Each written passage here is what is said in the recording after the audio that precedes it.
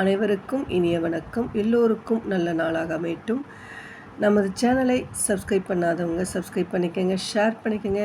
பதிவு என்னவென்றால், மீனாட்சியின் அருளை பெற்றுத்தரும் பங்குனி மாதத்தில் கொண்டாடப்படும் வசந்த நவராத்திரி பற்றி பார்க்க போகிறோம். வசந்த நவராத்திரி காலத்தில் அம்பிகையை வழிபட்டு அம்பிகையின் பரிபூரண அருளை பெறுவோம்.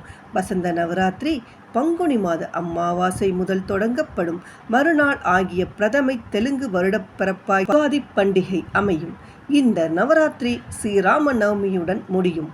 வசந்த காலத்தில் கொண்டாடப்படுவது வசந்த நவராத்திரி, ஆடி மாதத்தில் கொண்டாடப்படுவது ஆஷாட நவராத்திரி, புரட்டாசி மாதத்தில் கொண்டாடப்படுவது சாரதா நவராத்திரி, தை மாதத்தில் கொண்டாடப்படுவது ஷியாமலா நவராத்திரி.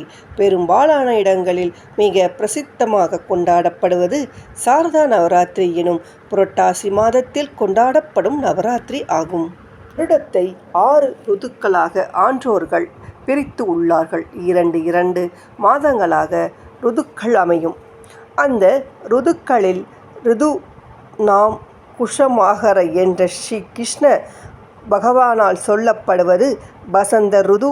பருவங்களில் சிறந்ததாக சொல்லப்படுவது வசந்த ருது. வசந்த ருதுவே வசந்த காலம். வாழ்வில் வசந்தம் தொடங்கக்கூடிய காலம், வயல்களில் அறுவடை முடிந்து பலம் பொங்கக்கூடிய காலம், மக்களின் மனதில் ஆனந்தம் குடிகொள்ளும் காலம். நவராத்திரி நிர்ணயம் எனும் புத்தகத்தில் வசந்த நவராத்திரி 9 நாட்கள் கொண்டாடினால் உலகம் க்ஷேமம் அடையும் என்றும், 1 நாட்களில், அதாவது 15 நாட்கள் அமாவாசை பௌர்ணமி வரை கொண்டாடுதல் வேண்டும், வரங்கள் கிடைக்க செய்யும் என்றும், மண்டல நாட்கள், அதாவது பங்குனி அமாவாசை முதல் சித்ரா பௌர்ணமி வரை 45 நாட்கள் கொண்டாடுவது சகல காரியங்களும் வெற்றியை தரும் என்று கூறுகிறது. இந்த நவராத்திரி அம்பிகையின் வடிவமாகிய ராஜ ஷியாமலா அல்லது ராஜ மாதங்கீஸ்வரி எனும் வடிவத்தை போற்றுவதாக அமையக்கூடியது.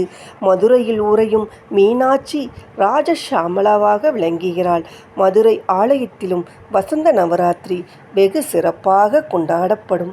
ஆலயங்களில் மேரு எனும் ஸ்ரீ சக்கர வடியும் இருக்குமே, ஆனால் அங்கு வசந்த நவராத்திரி பொதுவாக கொண்டாடப்படும். இந்த நவராத்திரி வழிபட்டால் பெண்களுக்கு குழந்தை பாக்கியம், கன்னியர்களுக்கு திருமண பாக்கியம், பெண்களுக்கு சுமங்கலி பாக்கியம் போன்றவை கிடைக்கும். இதுதான் மீனாட்சி பங்குனி மாதத்தில் நடக்கக்கூடிய வசந்த நவராத்திரியின் சிறப்பை பார்த்தோம். அடுத்த நல்ல பதிவில் பார்க்கலாம். நன்றி, வணக்கம்.